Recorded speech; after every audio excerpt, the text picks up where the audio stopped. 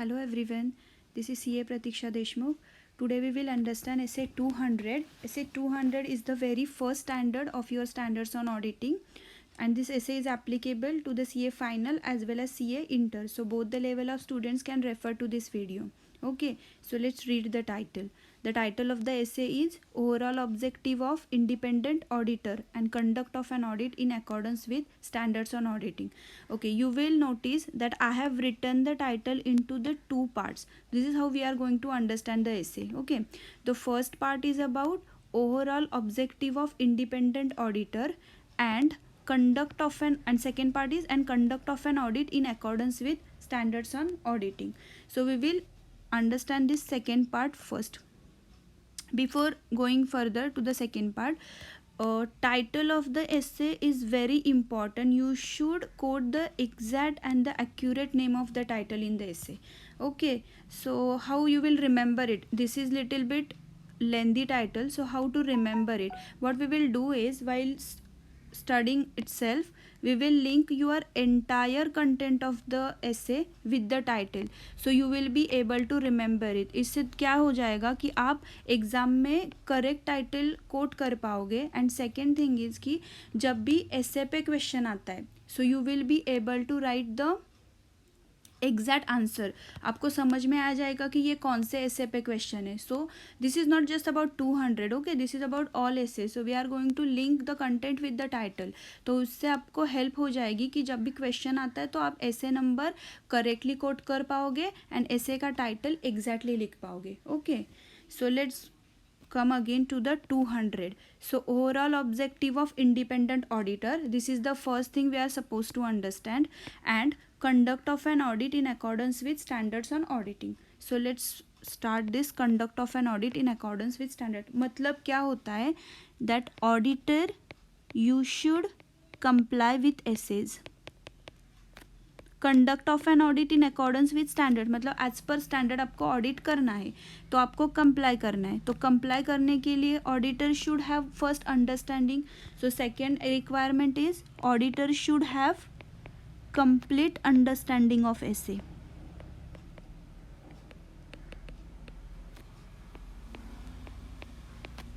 ठीक है, and auditor should report that SAs are complied. Report that SAs are complied. Okay, तो compulsory है क्या सब एसेज फॉलो करना? Yes, it is compulsory to follow सब ऑल एसेज, बट उसमें आपको एक्सेप्शन भी है. तो एक्सेप्शन मतलब क्या? Departure is allowed from the SA. Okay, तो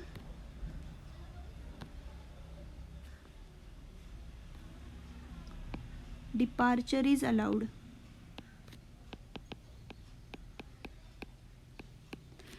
दो सिचुएशंस में आपको ऐसे को डिपार्चर अलाउड है.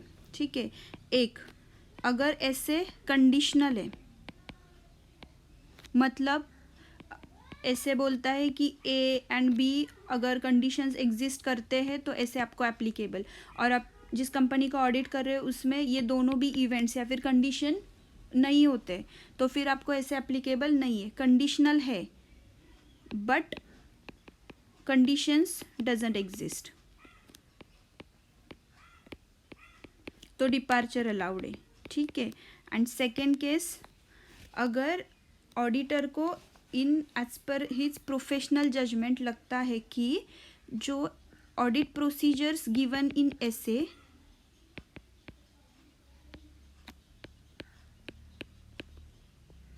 Are inappropriate to the given case. तो जिस आप एरिया का ऑडिट कर रहे हो किसी कंपनी में, उसमें अगर ऐसे 200 है तो 200 में लेट से बोला है कि ए बी सी ये आपको प्रोसीजर्स फॉलो करनी है, बट ये प्रोसीजर फॉलो करने से मुझे ऑडिट एविडेंस नहीं मिलेगा. तो as per auditors professional judgement अगर ऑडिटर को लगता है कि audit procedure are inappropriate and alternate procedure, अगर instead of following what is given in essay, if I follow some another procedure, I will get the more appropriate audit evidence and alternate procedures can be performed. तो आपको departure allowed है. ठीक है, Okay, so this is about second part, that conduct of an audit in accordance with standards on auditing. Very small.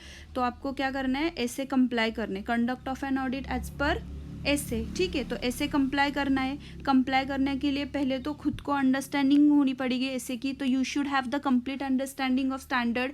And second thing is की auditor you should report the standard has been followed. Okay, तो exception है इसमें कि SA follow करना है compulsorily, but departure is also allowed in the following two situations. ठीक है. No we will come back to the first part, the very important overall objective of independent auditor. देखो, आपका पहला स्टैंडर्ड है और पहले स्टैंडर्ड में ही आपको ऑब्जेक्टिव बोला है. ठीक है, मतलब एंड क्या होगा आपका ऑडिट का. तो आपको कहाँ तक जाना है ये आपको स्टार्टिंग में पता है, और बाकी एसेस क्या करेंगे, आपको फिर वहाँ तक जाने के लिए प्रोसीजर्स देते हैं your other assess.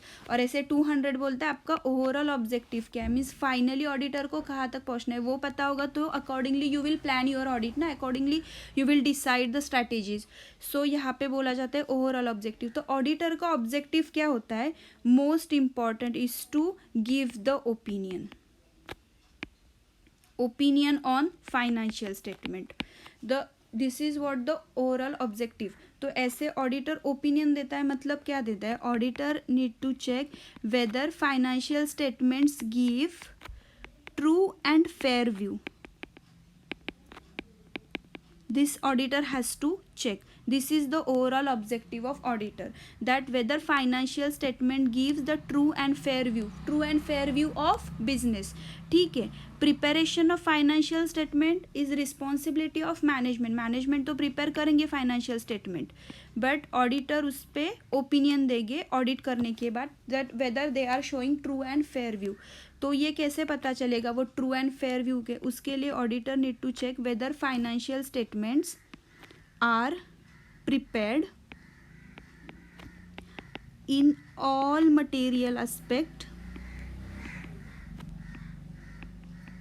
as per applicable financial reporting framework. Applicable financial reporting framework. Okay, क्या होता है applicable financial reporting framework, AFRF short form. Okay, तो whether financial statements are prepared as per AFRF. अगर as per AFRF prepared है that means they are showing true and fair view. ठीक है. तो AFRF मतलब अगर आप all laws applicable, if it's a Indian company, अगर इंडियन कंपनी है तो एप्लीकेबल फाइनेंशियल रिपोर्टिंग फ्रेमवर्क हो जाता है आपका इंडियन गैप.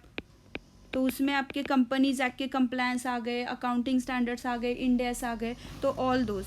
तो whether financial, if financial statements are prepared as per AFRF that means they are showing true and fair view. तो this auditor need to check. तो this is the overall objective, that giving the opinion on financial statement. तो यहाँ तक auditor how he will reach. तो for this purpose auditor क्या करता है, audit करता है, ऑडिट ऑफ फाइनेंशियल स्टेटमेंट. मतलब ऑडिट करते हैं, मतलब क्या करते हैं, examination of books of account and examination of financial statement. ठीक है, examination of financial statement and all underlying books of accounts. ठीक है.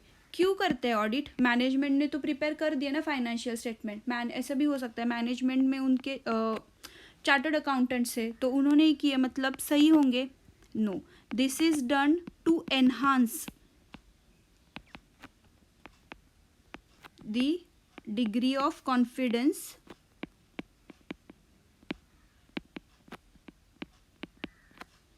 of intended users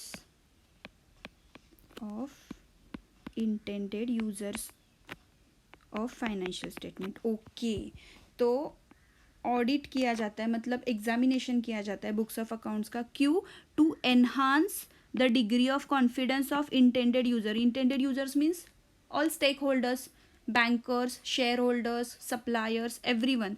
तो मैनेजमेंट तो obviously they will inflate their position, वो तो अच्छी पोजीशन ही दिखाएंगे, तो वो मटेरियल मिसस्टेट करके भी दे सकते हैं फाइनेंशियल स्टेटमेंट्स. ठीक है. तो अगर वो मैनेजमेंट ने जो फाइनेंशियल स्टेटमेंट्स दिए हैं whether they are true and fair, ठीक है, तो वो चेक करने के लिए ऑडिट किया जाता है. To enhance the degree of confidence. तो इंटेंडेड यूजर्स को पता है अगर ऑडिट किया है तो दैट मीन्स यस ऑडिटर ने चेक किया है ना, तो ये फाइनेंशियल स्टेटमेंट सही है। ओपिनियन अगर ऑडिटर ने दिया है कि yes they are true and fair view, तो yes these intended users will rely on financial statement. तो सिर्फ मैनेजमेंट ने बोल दिया कि हाँ ऑडिट किया है तो उनका कॉन्फिडेंस बढ़ेगा क्या, डिग्री ऑफ कॉन्फिडेंस बढ़ेगा? No. For that purpose auditor क्या करेगा, ओपिनियन, फाइनेंशियल स्टेटमेंट में ओपिनियन एक्सप्रेस करेगा। तो एक्सप्रेशन ऑफ ओपिनियन से उनका कॉन्फिडेंस बढ़ेगा। एक्सप्रेशन ऑफ ओपिनियन, क्या expression of opinion? This whether financial statements are prepared as per AFRF, whether financial statements are true and fair। ठीक है, ये ओपिनियन। तो for giving this opinion auditor should have some basis. वो examination तो करेगा but ऐसे ही बोल देने से नहीं होगा उसे। तो बेसिस क्या होगा, उसको खुद को पहले कॉन्फिडेंस आना चाहिए तो ही वो ओपिनियन देगा, और वो ओपिनियन होने के बाद this people will rely on the auditors opinion. ठीक है, तो उसको कैसे, for this purpose auditor need to obtain the reasonable assurance. Reasonable assurance about what? Auditor should obtain reasonable assurance, but किसके बारे में reasonable assurance? That financial statements as a whole are free from material misstatement, free from material misstatement। ठीक है, अब यहाँ पे ना concept से 2-3 वी विल अंडरस्टैंड। तो अगर फाइनेंशियल स्टेटमेंट्स में कोई मिस्टेक नहीं है, मिस्टेक नहीं बोला है, सिर्फ मटेरियल मिसस्टेटमेंट नहीं है, ठीक है, तो कोई मटेरियल मिस्टेक नहीं है and they are, that means they are prepared as per AFRF, as per AFRF है, that means they are showing true and fair view। तो this is what the overall objective of auditor। ठीक है, तो वहाँ तक कैसे पहुँचे? Audit किया, क्यों किया? To enhance the degree of confidence. तो कैसे किया? एक्सप्रेस ऑफ ओपिनियन से डिग्री ऑफ कॉन्फिडेंस बढ़ता है। तो ऑडिटर पहले खुद को क्या आना चाहिए उसको, he should obtain reasonable assurance that financial statements as a whole are free from material misstatement। Financial statement में कोई मटेरियल मिसस्टेटमेंट नहीं है। तो ये एक कंसेप्ट है मटेरियल, ये एक कंसेप्ट है रीजनेबल एश्योरेंस, ये आपकी सेकेंड मटेरियल। रीजनेबल एश्योरेंस होता है हाई लेवल ऑफ एश्योरेंस। ठीक है, तो क्यों हाई रीजनेबल एश्योरेंस क्यों देते हैं, एब्सोल्यूट एश्योरेंस क्यों नहीं देते? बिकॉज ये एश्योरेंस होता है, इसका बेसिस होता है ऑडिट एविडेंस। ठीक है, ऑडिट करता है ऑडिटर, ऑडिट एविडेंस ऑब्टेन करता है और उसके बेसिस पे रीजन। तो ये जो ऑडिट एविडेंस मिलता है ऑडिटर को, they are persuasive in nature rather than conclusive. ये एक कंसेप्ट है, रादर दैन कंक्लूसिव। ठीक है, मतलब परसुएसिव मतलब yes only this can be the truth, and conclusive मतलब yes this is the only truth. तो ये जो ऑडिट एविडेंस होता है they are always persuasive. Because of this ये जो एश्योरेंस है that is reasonable assurance and not absolute. And why they are persuasive? Because of inherent limitation. हर चीज़ में लिमिटेशंस होती है, तो सिमिलरली ऑडिट के भी इनहेरेंट लिमिटेशंस है। तो बिकॉज ऑफ इनहेरेंट लिमिटेशंस ये ऑडिट एविडेंस है, ये होता है परसुएसिव, और ये परसुएसिव होता है इसीलिए आपका जो एश्योरेंस है वो रीजनेबल है इंस्टेड ऑफ एब्सोल्यूट एश्योरेंस। ठीक है, and what is material? So we will understand here what is material, this second concept. Material मतलब important in a simple language. तो मटेरियल मतलब सच अ अमाउंट और disclosure, financial statement की ऐसी कोई amount या फिर फाइनेंशियल स्टेटमेंट में किया गया कोई disclosure which will affect economic decision of users. Okay, तो मटेरियल मतलब इम्पॉर्टेंट, जिसके बेसिस पे इकोनॉमिक डिसीजन है यूजर्स का वो अफेक्ट होगा, वो चेंज हो सकता है। तो ऐसी चीज़ हो गई आपके लिए material. Okay, so this is all about your first part, overall objective of independent auditor. तो क्या है overall objective? is to give the opinion that whether financial statements are giving true and fair view. कब बोलता है auditor they are giving true and fair view? When they are prepared as per AFRF. ठीक है, तो यहाँ तक auditor कैसे पहुँचेंगे? पहले ऑडिट करेंगे. ऑडिट करने से सिर्फ कॉन्फिडेंस आता है क्या यूजर्स को? नहीं, उसको ओपिनियन देना पड़ेगा ऑडिटर को, whether they are true and fair. तो ओपिनियन देना है ऑडिटर, तो पहले ऑडिटर को एश्योरेंस लेना पड़ेगा. तो he must obtain reasonable assurance about whether financial statements are free from material उसमें कोई भी मिस्टेक नहीं है. एज पर AFRF जो बोला था आपको फाइनेंशियल बनाते वक्त, ये 1 2 3 4 ये चीज़ें बोली थी, वो सब कंप्लाइड है.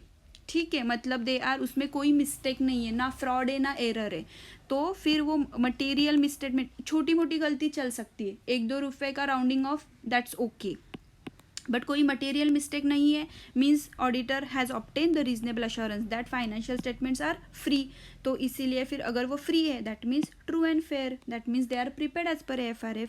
एंड उसके लिए ऑडिटर को क्या मिलता है? Audit evidence. तो जो भी ऑडिट प्रोसीजर करेगा उसके लिए auditor will obtain audit evidence. और ये ऑडिट एविडेंस कैसे होता है? परसुएसिव होता है rather than conclusive. And because this is persuasive, आपका जो ओपिनियन आता है वो आता है रीजनेबल. और ये परसुएसिव को क्यों होता है? Because of inherent limitations of auditing. और ऑडिट एविडेंस के बारे में एक और चीज़ बोली जाती है, जो ऑडिट एविडेंस ऑडिटर ऑब्टेन कर रहा है for the audit procedures perform for the basis as a basis for his opinion, it must be sufficient and appropriate. ठीक है, सफिशिएंसी रहता है, सफिशिएंट मतलब क्वांटिटी वाइज प्रॉपर होना चाहिए, एंड अप्रोप्रिएट मतलब क्वालिटी.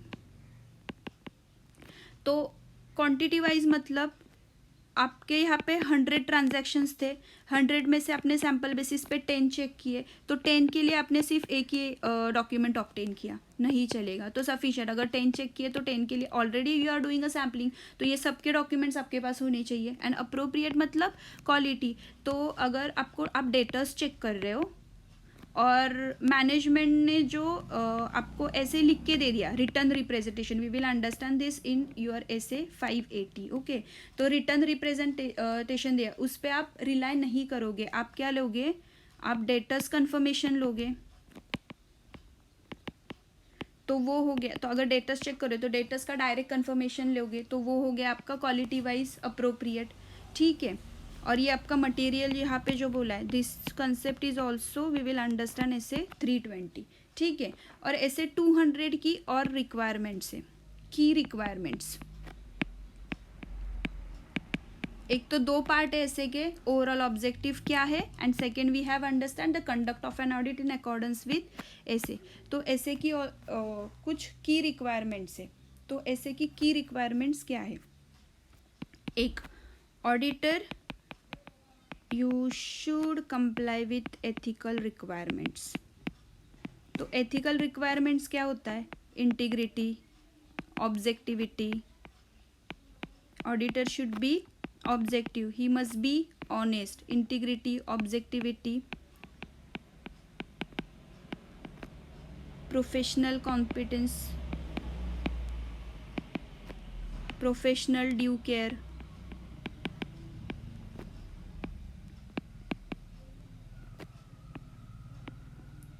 तो आपकी ऐसे में कॉन्फिडेंशियलिटी मोस्ट इम्पॉर्टेंट, कॉन्फिडेंशियलिटी. तो ये कुछ एथिकल रिक्वायरमेंट्स दिए. तो आपको जो भी ऑडिट कंपनी या फिर आपके क्लाइंट के बारे में डेटा मिलता है, you can not disclose it to the anyone else except with the permission of client. ठीक है, तो ये एथिकल रिक्वायरमेंट्स है. तो auditor you should follow this, most important, and this is the key requirement. ठीक है, सेकेंड थिंग क्या बोला है? Professional scepticism. मतलब क्या होता है professional scepticism? We are going to understand this concept also again in essay 240. Fraud पे है ये essay, इस पे पहले मिलेगा. प्रोफेशनल स्केप्टिसिज्म मतलब होता है अलर्ट माइंड. तो auditor you should be alert while doing the audit. आप लेट्स से प्रोसीजर वन में जो एविडेंस मिला this was also about cash transaction, and अब प्रोसीजर 2 में ऑडिट एविडेंस मिला है that is also about cash. तो you should compare this, you must know यहाँ पे जो मिला है this should match this two things if it's about same thing.